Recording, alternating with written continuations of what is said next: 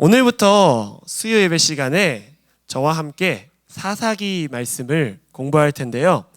오늘을 사는 나와 이 시대를 향한 하나님의 마음을 아는 시간 되기를 소망합니다. 먼저 사사기라는 성경을 간략하게 소개해드리면, 사사기는 역사서입니다. 지난주까지 우리가 봤던 출애굽기도 역사서였고요, 사사기 바로 앞에 있는 여호수아서도 역사서입니다. 역사서의 기록 목적은 사실 전달입니다. 있는 그대로의 사실을 전달하는 게 핵심 목적입니다. 교훈을 주려고 설득하거나 감상을 전달하는데 그 목적이 있지 않습니다. 그래서 사사기를 읽어보신 분들은 아실 텐데요, 사사기 안에는 때로는 민망하고 또 굳이 성경에 이런 이야기까지 실어야 되나 싶을 정도의 이야기도 담겨 있습니다. 이스라엘 백성들의 입장에서는 어떨까요? 자신들의 역사가 담겨 있는 책인데 좀 부끄러운 역사들은 지우고 빼고 싶지 않았을까요? 그럼에도 불구하고 하나님이 이 역사를 성경으로 남겨두신 이유가 있습니다. 사사기 속에는 하나님은 이 부끄러운 역사 속에서도 일하시는 분이심을 나타내고 있습니다. 바로함 여호수아서의 말씀을 통해서 순종을 통해서 승리하는 역사를 보여주셨다면, 이제 사사기 말씀부터는 불순종으로 인해 실패의 역사를 보여주십니다. 그 모든 역사를 이끄시는 하나님은 사사시대의 불순종에도 불구하고 여전히 역사를 주관하고 계신 분임을 사사기는 우리에게 말해주고 있습니다. 사사시대를 인도하신 하나님, 그 하나님은 오늘 이 시대도 주관하고 계시는 분인 줄 믿습니다. 또한 내 인생의 역사도 주관하시는 분이십니다. 오늘까지 전해지고 있는 사사시대, 그의 이야기를 통해서 이 시대와 나를 인도하시는 하나님을 발견하는 눈이 열리기를 간절히 소망합니다. 우리 사사기 1장 1절 다시 한번 한 목소리로 같이 읽겠습니다. 여호수아가 죽은 후에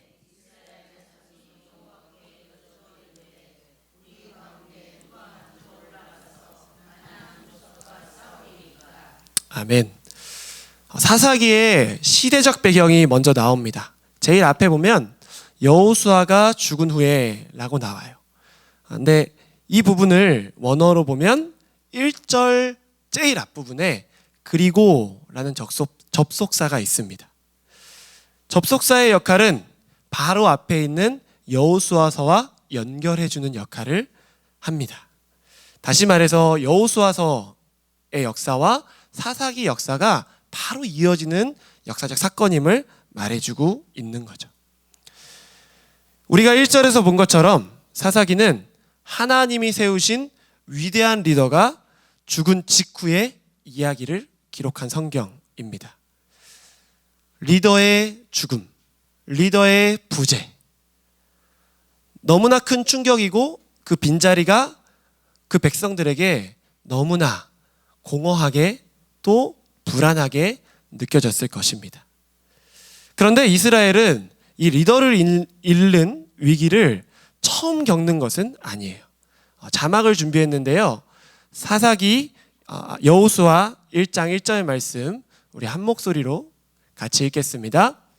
여호와의 종 모세가 죽은 후에 여호와께서 모세의 수종자 눈의 아들 여호수아에게 말씀하여 이르시되. 아멘. 여호수아 1장 1절입니다. 여호수아 1장 1절 역시 여호와의 종 모세가 죽은 후에 라고 그 여호수아서를 시작했습니다. 동일하게 그 앞에도 그리고 라는 접속사가 붙어 있습니다.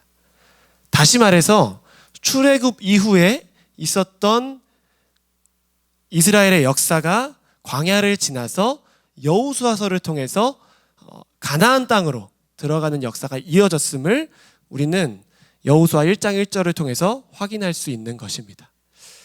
비슷해 보이는 이 두 구절 속의 차이는 무엇일까요? 다시 한번 여호수아 1장 1절을 보시면 여호수아 1장 1절에는 모세가 죽은 후에 눈의 아들 여호수아가 있었다고 말합니다.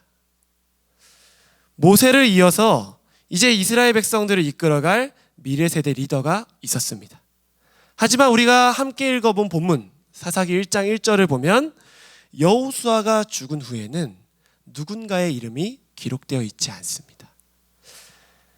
다시 말해서 다음 세대를 이끌어갈 리더가 있고 없고의 차이가 여호수아서와 사사기 속에서 차이점으로 나타납니다. 그런데 작아 보이는 이 차이는 여호수아서와 사사기 전체 주제의 차이를 바꾸게 되는 차이로 나타나게 됩니다. 여호수아서는 일치된 순종으로 가나안을 이스라엘화시키는 제사장 국가의 모습을 나타냈다면 사사기의 말씀은 불순종으로 인해서 오히려 그들이 가나안화되며 제사장 국가의 모습을 잃어버리는 모습을 기록하고 있습니다. 그래서 어떤 이들은 사사기를 통곡의 책이라고도 합니다. 미래세대 리더가 있고 없고의 차이, 그리고로 이어지는 다음 세대 역사에서 바로 반영됨을 우리는 사사기를 통해서 확인할 수 있습니다.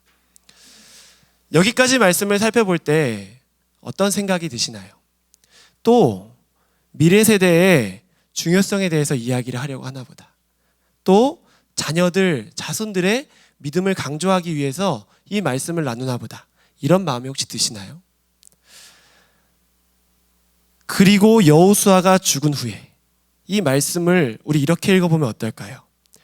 그리고 올해가 지난 후에, 그리고 2019년이 지난 후에,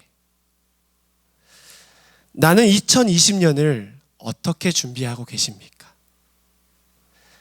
내 신앙의 다음 역사는 어떻게 준비하고 계시나요? 올해 나의 신앙의 모습을 이어갈 내년 나의 신앙의 모습은 준비하고 계신지요? 우리는 올해도 우리의 신앙을 지키기 위해 또 성장시키기 위해 열심히 노력했고 또 그렇게 신앙생활을 하고 있지만 이제 다가올 내년 또한 준비해야 합니다. 준비가 되어 있든 없든 역사는 계속해서 진행되기 때문입니다. 본문 속에서도 가나안 전쟁은 계속해서 치러지고 있는데요. 전쟁은 어떤 것인가요? 전쟁은 우리가 조금이라도 빈틈을 보이면 그 빈틈을 노려서 공격하고 또 피해를 입히는 것이 전쟁이죠. 하나의 약점, 하나의 빈틈을 보이는 순간 전세가 역전될 수 있는 것이 전쟁입니다. 본문 속에서는 여전히 가나안 전쟁이 끝나지 않았습니다. 여호수아는 커다란 전투에서 승리했지만 가나안의 패잔병들은 여전히 남아 있습니다. 그 패잔병들을 물질러야 되고 멸절시켜야 되는 역할은 이제 다음 세대들, 미래 세대들이 이어가야 할 역할인 것이죠. 준비가 되어 있든지 없든지 역사는 여전히 계속해서 흘러가는 것이고 그 흘러가는 시간에 따라 기회도 찾아오고 위기도 찾아오게 되는 것입니다. 우리가 살아온 인생도 그렇지 않으십니까?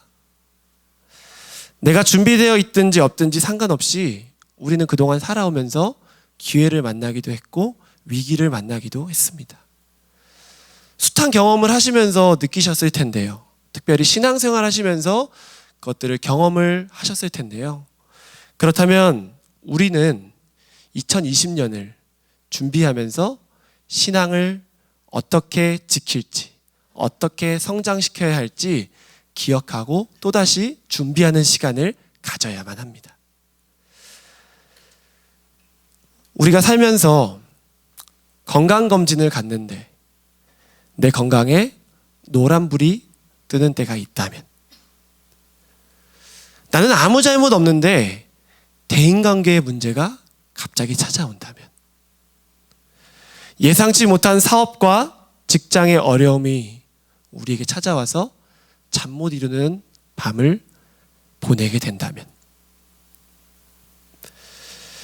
나는 그것을 어떻게 이겨내고 극복하고 싸워낼 수 있을까요? 준비 여부와 관계없이 우리의 인생, 이 시대의 역사는 계속해서 흘러가고 있습니다. 이스라엘은 여호수아 이후에 그 준비를 하지 못했습니다. 그 이스라엘 백성을 이끌어갈 리더, 그 이스라엘을 계속해서 전쟁을 치를 무언가 중심축이 될 것을 그들은 잃어버린 채 다음 역사를 살아가게 됩니다. 전쟁 가운데 준비가 안 된 위기를 접한 이스라엘의 모습은 어떻게 나타나나요? 다시 한번 사사기 1장 1절 우리 한 목소리로 같이 읽겠습니다. 여호수아가 죽은 후에 이스라엘 자손이 여호와께 여쭈어 이르되 우리 가운데 누가 먼저 올라가서 가나안 족속과 싸우리이까? 이스라엘 백성이 하나님께 여쭙습니다. 하나님께 묻습니다. 그런데 이 모습만 가만히 보면 잘 배운 것 같아요. 하나님께 여쭤봐야죠. 하나님께 물어봐야죠. 그런데 이 말씀을 자세히 살펴보면 이 질문은 정말 궁금해서 물어보는 질문이라기보다는 서로가 서로에게 미루는 질문입니다. 사사기 전체를 살펴봤을 때, 지금부터 시작되는 사사기의 스토리를 살펴봤을 때 말씀만 하십시오, 내가 순종하고 나아가겠습니다 하기 위해서 물어본 질문이 아니라 어떡하죠? 누가 먼저 시작하죠? 라고 물어보며 서로에게 책임을 전가하기 위한 질문이 바로 오늘 하나님께 물어보고 있는 질문입니다. 준비된 지파가 없으니까 보여지는 모습입니다. 다른 사람이 전쟁을 치러줬으면 좋겠다 하는 마음이 그들의 생각에 깔려 있는 거예요. 누구 하나 책임지려 하지 않습니다. 그냥 흘러갔으면 좋겠다, 그냥 이대로 살아면 안 될까 하는 마음이 그들 안에 있었고, 내가 아닌 다른 누군가가 싸우면 좋겠다 하는 책임 회피가 그들 마음속에 있는 거죠.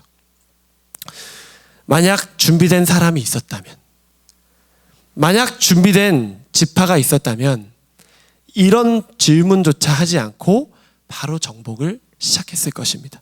왜냐하면 이미 땅의 분배는 여호수아 14장 2절에서 제비뽑기를 통해서 이루어졌기 때문입니다. 자막을 준비했는데요, 우리 14장 2절 말씀 같이 읽겠습니다. 여호와께서 모세에게 명령하신 대로 그들의 기업을 제비뽑아 9지파와 반 지파에게 주었으니. 아멘. 하나님은 이미 여호수아를 통해서 각 지파에게 땅을 분배하셨습니다. 제비를 뽑았고 우리 지파가 차지할 땅이 어딘지 각 지파는 분명하게 알고 있습니다.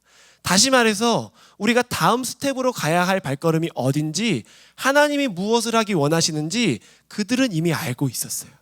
그런데 정작 본인들이 준비되어 있지 않았습니다. 하나님을 신뢰하고 하나님의 말씀대로 그 발걸음을 떼야 하는데 그 믿음이 그들에게 준비되어 있지 않았습니다. 무엇을 의지해야 될지, 무엇을 붙잡아야 할지, 무엇을 통해서 자신들의 믿음을 성장시키며 또 다음 역사를 써가야 될지 그들은 알지 못했기 때문에 서로 책임을 회피하고 물어보는 질문을 바로 여기서 사사기 1장 1절부터 하고 있는 것이죠. 하나님은 질문하는 그들에게 너무나 친절하게도 답을 주시는데요, 우리 2절 말씀 같이 읽겠습니다. 여호와께서 이르시되 유다가 올라갈지라, 보라 내가 이 땅을 그의 손에 넘겨주었노라 하니라. 아멘. 하나님은 유다가 올라가라고 말씀해 주십니다. 유다 지파가 앞장서라, 그 땅을 내가 너희에게 넘겨주었다. 다시 한번 약속의 말씀을 그들에게 기억하게 하시고 또 친절하게 그들 마음 가운데 심어 주십니다. 그런데 왜 유다 지파가 유다에게 앞장서라고 하셨을까요? 유다 지파는 이스라엘 민족 중에 대표적인 지파였습니다. 가장 군사수도 많았고요. 이스라엘의 맏아들 같은 역할을 하던 지파가 유다 지파였어요. 그렇다면 마땅히 앞장설 만한 지파 아닐까요? 모든 지파가 머뭇거릴 때 그가 먼저 갔어야 하지 않을까요? 하지만 그도 역시 준비되지 않았기에, 그 지파도 여전히 믿음이 없었기에 멈춰서 있는 그 모습 속에 하나님은 유다가 올라가라, 분명하게 유다 지파를 향해서 말씀해 주십니다. 유다는 이 말씀을 받고 하나님이 말씀에 순종하여 가나안 족속과 싸우러 올라가는데요. 올라가는 즉시 준비 안 된 모습을 보여줍니다. 3절 말씀 한 목소리로 읽겠습니다.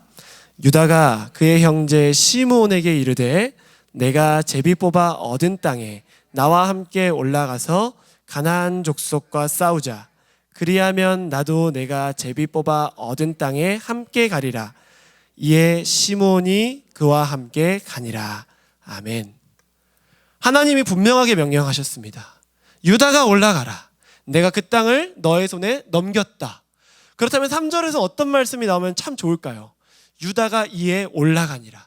유다가 그 땅을 말씀대로 정복하니라 하는 말씀이 바로 나온다면, 말씀대로 순종하고 비록 믿음은 작았지만 말씀대로 순종했을 때 일하시는 하나님을 우리가 3절에서 같이 볼 수도 있었을 거예요. 하지만 3절에 나타난 유다의 모습은 어떻습니까? 그 말씀대로 바로 올라가지 않습니다. 유다의 모습은 어떤가요? 유다가 그의 형제 시므온에게 이르되 내가 제비 뽑아 얻은 땅에 나와 함께 올라가서 가나안 족속과 싸우자. 유다는 하나님의 명령을 바로 들었음에도 불구하고 바로 그 명령에 순종하는 것이 아니라 시므온 지파를 찾아갑니다. 시므온, 나 좀 도와줘. 이제 전쟁을 치를 건데 나와 함께 하자. 우리 힘을 합쳐서 내가 분배받은 땅을 먼저 정복하고 그 다음에 네가 분배받은 땅을 정복할 때 내가 도와줄게. 유다는 지금 이 모습을 보여주고 있는 거예요. 그런데 유다의 모습도 이해는 됩니다. 한번 생각해 보세요. 전쟁입니다. 그냥 어디 소풍 갔다 오고 그냥 땅 한번 살펴보고 오는 그 정도가 아니에요. 싸워서 이기고 피 흘려 그 땅을 정복해야 되는 목숨을 건 상황입니다. 누가 언제 어떻게 될지 모르죠. 두려움이 그들 가운데 임할 수밖에 없습니다.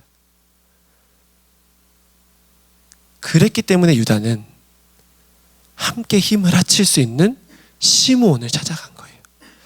시므온이 나와 함께 해준다면, 시므온이 내 옆에 있어준다면 내가 그래도 해볼 만할 것 같으니까, 나에게 시므온이 의지할 만한 힘이 될 것 같으니까 시므온에게 찾아가는 모습을 보이는 것입니다. 하나보다는 둘이 낫습니다. 그리고 이것은 지혜로운 방법이고 또 누구나 전쟁에 있어서 생각할 수 있는 상식적인 생각입니다. 하지만 우리가 이 전쟁이 어떤 전쟁인 줄 안다면 이 모습이 결코 옳은 모습이 아니었음을 우리는 말씀을 통해 깨달을 수 있습니다. 사사기에 나와 있는 가나안 전쟁. 가나안 전쟁은 또 다른 말로 거룩한 전쟁, 하나님의 전쟁이라고 말합니다. 여호수아가 여리고를 정복할 때 어떤 모습으로 정복했나요? 여호수아는 머리가 나빠서, 이런 지혜가 없어서 병력을 모으고 준비시키지 않고 그냥 여리고 성벽을 돌았을까요? 여호수아는 이 전쟁이 어떤 전쟁인지 명확하게 알았던 사람입니다. 그렇기 때문에 그는 다른 어떤 전술이나 병법을 참고하지 않고 그 거룩한 전쟁, 하나님의 전쟁을 치르기 위해서 하나님의 명령에 온전히 순종했고 여리고를 정복할 수 있었습니다. 가나안 전쟁은 하나님의 전쟁, 거룩한 전쟁입니다. 하지만 유다의 마음에 그 믿음이 없었던 거예요. 하나님이 지금 이 전쟁을 이끌어 가신다. 하나님만 함께하면 이 전쟁은 반드시 승리한다. 이 믿음이 유다의 마음에는 없었던 것입니다. 그래도 시므온이 있어야 되지 않을까? 하나보단 둘이 낫지 않을까? 하는 마음이 그에게 있었던 것이죠. 바로 거기서 유다는 시므온에게 도움을 요청하고 온전한 순종으로 행하지 못합니다. 다시 2절 말씀을 생각해 보세요. 유다가 올라가라. 하나님 분명히 이렇게 말씀하셨는데 유다는 여기에 하나를 첨가하는 거예요. 유다와 시므온이 올라가라. 하나님의 말씀을 자의적으로 첨가하는 모습을 보여줍니다. 나의 생각을, 나의 경험을, 나의 지식을, 나의 방법을 하나님이 말씀하셨지만 첨가하고 싶은 마음이 우리 안에도 들 때가 있습니다. 진짜 말씀대로만 해야 될까? 진짜 그렇게만 살면 우리의 삶을 하나님이 책임져 주실까? 하는 불안함이 우리에게 엄습해 올 때 눈에 보이지 않는 하나님이 아니라 내 경험, 내 지식, 눈에 보이는 어떤 도움이 보일 때가 있는 거죠. 하지만 그 순종이 온전한 순종이 아니었음을 우린 유다의 모습을 통해서 발견할 수 있습니다. 이제 이어지는 전쟁을 살펴보면 비록 온전한 순종은 아니었지만 유다는 시므온 지파와 함께 그 전쟁에서 승리하게 됩니다. 유다가 올라가서 5절에 보면 베색에서 아도니 베색을 만나 그와 함께 싸워서 가나안 족속과 브리스 족속을 죽이니 라고 말합니다. 베색이라는 지역의 왕인 아도니 베색을 사로잡았다고 말해요. 6절에 보면은 그 아도니 베색을 사로잡고 유다가 어떻게 그에게 처벌했는지를 나오는데요. 그의 엄지손가락과 엄지발가락을 잘랐다고 합니다. 엄지발가락과 엄지손가락을 왜 잘랐을까요? 이 모습은 당시 승전국이 패전국에게 행했던 관행입니다.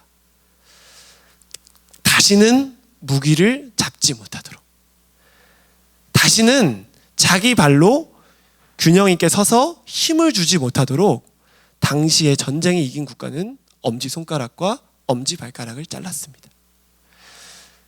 그 문화를 볼 때, 그 당시를 생각할 때 승전국이라면 당연히 해야 하는 모습이죠. 누가 뭐라고 할 수 있는 모습은 아닙니다. 그런데 생각해 보세요. 이 전쟁이 어떤 전쟁이라고 했나요? 가나안 전쟁, 하나님의 전쟁입니다. 하나님은 가나안을 어떻게 하라고 하셨습니까? 사로잡아서 그 땅의 관행대로 행하라. 사로잡아서 승전국의 위험을 보여줘라. 하나님이 가나안 전쟁을 명하실 때 그렇게 말씀하셨습니까?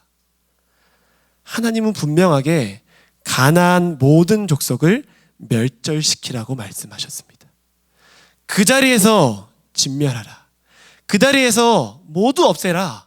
하나님은 분명하게 그렇게 말씀하셨는데 준비가 되어 있지 않았던 유다 지파는 하나님의 명령대로 행하는 것이 아니라 그 땅의 형벌, 그 땅의 관행, 그 땅의 문화대로 행하는 모습을 우리는 볼 수 있습니다. 하나님의 명령에 순종은 했습니다. 하나님의 명령대로 나아갔습니다. 하지만 그 명령에 순종할 때 거기에 불순물이 섞여 있는 순종이 오늘 이 모습입니다. 명령대로 하겠습니다. 말씀대로 하겠습니다가 아니라 하나님 말씀하신 대로 행하되 이 땅의 문화를 수용해서 행하겠습니다. 여기에 맞게 하나님의 말씀을 적용해 보겠습니다. 여기에 모습대로 하나님의 뜻을 한번 이루어 보겠습니다. 유다 지파의 마음에, 유다 지파의 믿음에 바로 이 마음이 담겨 있는 것입니다. 하나님의 말씀에 이 시대의 문화를 섞었으며 하나님의 말씀에 자신들의 경험과 지식을 섞었음을 우리는 유다의 모습을 통해서 분명하게 발견해야만 하는 것입니다. 팀 켈러는 이러한 유다의 모습을 보며 절반의 제자도라고 말합니다. 온전한 순종, 완전한 제자도가 아닌 절반의 제자도의 모습이 오늘 유다 지파의 모습입니다. 댐에 생긴 작은 틈, 별거 아니라고 생각했던 그 작은 틈을 통해서 물이 새기 시작할 때, 안전 불감증으로 인해서 그것의 위험성을 인지하지 못할 때, 점점 그 틈은 벌어질 것이고 결국은 그 작은 실수, 그 작은 부족함으로 인해서 그 댐은 무너지게 되기 마련입니다. 여호수아가 죽은 후에 사사기 1장부터 하나님의 방법이 아닌 자신의 방법, 가나안의 방법을 택하는 유다의 모습이 보입니다. 바로 오늘 이 1장의 말씀은 이스라엘 백성의 약간의 틈이 생겼음을 보여주는 말씀이에요. 그리고 우리가 앞으로 살펴볼 사사기의 문제점, 사사기에 나타난 이스라엘 백성들의 타락함의 그 원인은 1장으로 넘어와서 바로 여기서부터 시작되는 것입니다. 시작부터 행하지 못한 작은 틈, 시작부터 나타났던 불순종의 모습, 바로 그것이 역사가 진행되면서 하나님으로부터 완전히 멀어진 이스라엘의 모습을 기록하는 사사기임을 우리는 확인할 수 있습니다. 여호수아가 죽은 후에 2019년이 지난 후에, 올해가 지난 후에 나는 나의 신앙과 우리 가족의 신앙을 위해 무엇을 준비하고 계신가요? 질문을 바꾸겠습니다. 올해 내 신앙을 지켜주었던 여호수아는 무엇이었습니까? 올해 2019년 내 신앙을 성장시켜 주었던 영적인 시간은 무엇이었나요? 만약 올해를 돌아보면서 내 신앙을 지킬 수 있었고 또 내 신앙이 성장할 수 있었던 시간이 생각나신다면 우리는 내년에도 2020년에도 그 신앙을 지키기로 결단해야만 합니다. 그냥 단순하게 그냥 하던 대로 해가야지가 아니라 내년에는 더욱더, 내년에는 한 걸음 더, 그것을 결단할 때 우리는 내년에도 우리의 삶을 인도하시고 우리의 삶을 주관하시며 우리의 삶에서 싸우시는 하나님을 경험할 수 있을 것입니다. 올해 내 삶에 내 신앙을 지켜주었던, 성장시켜주었던 여호수아는 무엇이었습니까? 여호수아서를 순종의 역사로 이끌어 주었던 리더 여호수아, 나의 2019년에는 어떤 모습으로 존재했었나요? 만약 그 시간이 수요 예배였다면 내년에도 수요 예배를 결단하는 신앙을 준비해야만 합니다.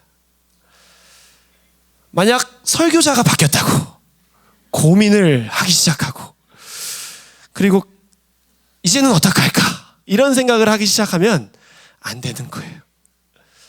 오해하실까 봐 제가 말씀드리는데 이 얘기 하려고 말씀을 여기까지 전했구나 라고 생각하시면 절대 안 됩니다. 다시 한번 말씀드리지만 수요 예배가 나의 여호수아였다면 우리는 내년에도 설교자와 관계없이 예배의 어떤 시간과 관계없이 수요 예배를 지켜야만 하고 수요 예배를 통해 성장해야 합니다. 그런데 만약 그 시간이 금요 하경회였다면, 새벽 예배였다면, 또 로고스 교회 안에서 함께 모이기를 힘썼던 목장 모임이었다면, 또 섬김의 자리였다면, 우리는 내년에도 내 믿음을 지켜주고 성장시키는 그 자리에 나아가기를, 그 자리를 지키기를, 그 자리에서 성장하기를 준비하고 계획해야만 합니다.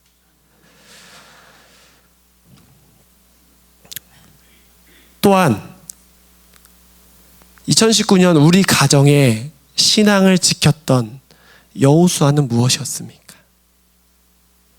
가족이 함께 모여서 기도하는 시간이었습니까? 아니면 이번 행복한 동행 때 복음을 전하고 전도하며 함께 모여서 예배드렸던 그 은혜의 자리였습니까? 아니면 매주 함께 모여 예배드렸던 가정 예배 시간이었습니까? 우리는 가정의 신앙을 지키기 위해 힘썼던 그것 또한 기억해야 합니다. 함께 모여서 기도하며 가정의 신앙을 지켰던 그 시간, 그 자리.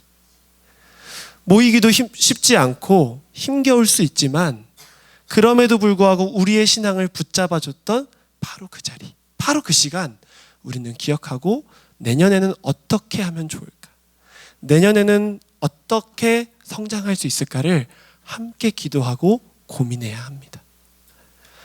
가족을 위해 기도하시는 분이 계시다면, 가정의 신앙을 위해 그 가정을 붙잡고 기도하는 분이 계시다면 내년에는 내가 어떤 결단을 하고 한 걸음 더 나아가서 기도하면 좋을까? 하나님은 나에게 우리 가정을 위해 어떻게 기도하고 가정을 섬기기를 원하실까? 우리는 그것을 묻고 그것을 붙잡고 그 말씀대로 행하기를 결단해야 할 것입니다. 이맘때가 되면 올해까지 섬기던 교회 봉사를 어떻게 할지 고민하시는 분들이 많습니다. 오랜 봉사로 인해 지치기도 하고 또 쉼이 필요한 상황이 생기기도 하죠.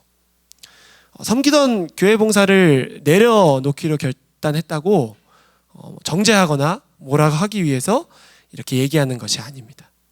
하지만 섬기시는 모든 분들이 아시듯이 섬김의 자리에는 분명히 봉사의 영성, 섬김의 영성이 있습니다.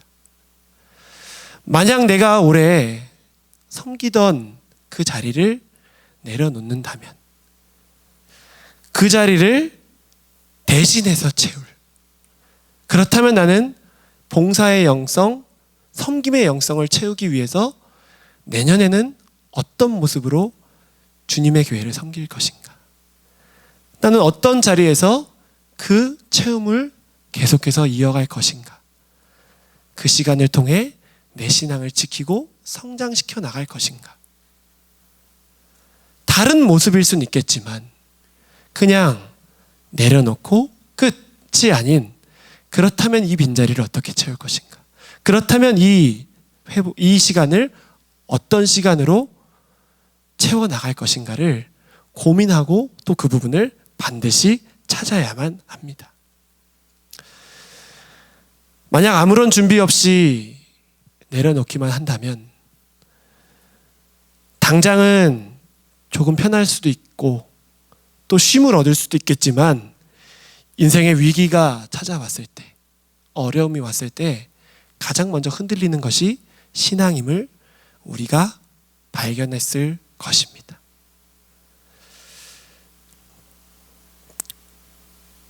올해까지 지킨 기도의 시간, 또 말씀 보는 시간, 또 섬김의 시간 등을 돌아보면서 여호수아가 죽은 후회를 어떻게 준비해 나갈지, 2019년이 지난 후회를 어떻게 성장해 나갈지 우리는 계획하고 준비해야 합니다. 준비 안 된 신앙은 위기 때 언제든지 무너질 수밖에 없습니다. 또한 우리는 순종의 불순물을 제거해야 합니다. 순종은 하지만 시므온에게도 도와달라고 요청하고 순종은 하지만 그 땅의 관행대로 승전국의 모습을 행한다면 그것은 온전한 순종이 아닌 절반의 제자도이기 때문입니다. 혹시나 나는 하나님의 말씀대로 순종하기는 결단했지만 내 마음대로 시므온을 하나님의 말씀에 첨가하고 있지는 않은지, 그것이 너무나 익숙해져 있지는 않은지, 또한 하나님의 말씀대로 순종하지만 너무나 자연스럽게 아도니벳에게 발가락과 손가락을 자르고 있지는 않은지, 내 신앙의 상태를 스스로 진단해야만 합니다. 지난주에 소개해 주신 우리 안승현 전도사님이 우리 교회에서 함께 사역을 배우시기 위해 또 3대 교구를 최선을 다해 섬기기 위해서 엄청나게 열심히 배우고 또 섬기고 계십니다. 그 모습을 보면서 저를 돌아봤습니다. 저도 여전히 최선을 다하고 있는지, 그렇게 열심히 성도님들을 섬기기 위해서 노력하고 또 시간들을 최선을 다해 사용하고 있는지 스스로를 진단해 봤습니다. 살며시 미소를 머금고 계신 분들이 있는데 어떤 생각을 하고 계시는지 전 잘 모르겠지만, 제 모습을 살펴봤을 때 내 몸이 지치고 피곤하다고 게으름을 부리고 있지는 않은지 찾아봤는데요, 다행히 여전히 땀 흘리면서 뛰어다니고 있는 제 모습을 발견했습니다. 그리고 한 걸음이라도 더, 조금이라도 더 성도님들의 상황을 알기 위해 힘쓰고 또 기도하기 위해 애쓰려는 제 모습이 남아있음을 발견할 수 있었습니다. 저뿐만이 아니라 우리 로고스 모든 교역자들이 그렇게 섬기고 있습니다. 그리고 그 모습을 통해 우리 교구들이 또 우리 교회가 함께 성장하고 있습니다. 다시 한번 저는 그 마음을 돌아보면서 올해 금요일에 있는 김장도 열심히 해야겠다 하는 마음을 다시 한번 다짐했습니다. 여전히 신앙생활 하고 있지만, 오늘도 수요예배 와서 예배 드리고 있지만, 혹시 내 모습 속에 슬쩍 섞어버린 불순물이 있지는 않으신지요? 매주 예배의 자리에 참석하고 있지만 삶의 자리에서 내 마음대로 말씀을 적용하고 있지는 않으십니까? 실천하고 싶은 것만 골라서 실천하고 현실에 맞게 적용해야 된다고 말하면서 적당한 타협이 있지는 않았었는지, 우리는 내 모습을 스스로 점검하고 또 점검해야 합니다. 다양한 모습으로 교회 봉사를 섬기고 있지만 내 마음과 입술에 불평과 불만이 점점 채워지고 있지는 않은지요. 때론 힘들어서 그런 마음이 들 수는 있지만 그 마음이 계속되다 보면은 그 마음의 영향력이 점점 커지기 마련입니다. 섬김을 통해, 순종을 통해 받았던 감사와 기쁨은 우리 마음 가운데서 잊혀질 수도 있는 것입니다. 나도 모르게 이 정도는 괜찮겠지, 누구나 이런 생각은 하는 걸, 누구나 이렇게 말하는데 하면서 했었던 불순물이 있다면 2020년을 준비하면서 내가 제거해야 할 불순물이 무엇인지, 입술의 말인지 마음의 불평이나 원망인지 또한 환경을 탓하는 내 신앙의 모습인지, 우리는 그 모습을 점검하고 그것을 버리는 한 해로 2020년을 결단해야 할 것입니다. 어제는 새가족을 신방했는데요, 새가족과 이야기하면서 그런 말씀 하시더라고요. 그동안 시어머니께서 당신을 위해서 기도해 주셨는데 이제는 자신이 가족을 위해서 기도하는 신앙을 이어받을 때라는 마음이 든다고 하는 이야기를 들었습니다. 2019년 내 신앙은 2020년에 어떻게 이어가실 계획이십니까? 어떻게 지키시고 어떻게 성장시키실 준비를 하고 계십니까? 철저하게 진단하고 다가올 2020년뿐만 아니라 앞으로의 신앙을 준비하는 여기 모인 모든 로고스 가족 되기를 간절히 소망합니다. 함께 기도하겠습니다. 하나님 아버지, 한 해를 마치며 한 해도 지나감을, 또 새로운 한 해를 맞이해야 함을 우리는 시간과 역사를 통해서 다시 한번 기억하게 됩니다. 이제까지 함께 하셨던 하나님께서 앞으로도 함께 하실 텐데 하나님, 그 입술의 고백만 남아있지는 않은지, 내 신앙을 그동안 지켜주고 성장시켜줬던 여호수아를 사사기에 와서는 준비하지도 않았고 버리지는 않았는지 우리의 모습을 돌아보게 하옵소서. 그 시간을 통해 2020년에는 내 신앙의 성장과 발전을 위해 무엇을 준비해야 될지 깨닫고 결단하는 시간 되게 하시고, 그 시간을 통해 2020년뿐만 아니라 앞으로를 준비하는 우리가 될 수 있도록 성령님 깨닫게 하여 주시옵소서. 감사드리며 살아계신 예수님의 이름으로 기도드립니다. 아멘.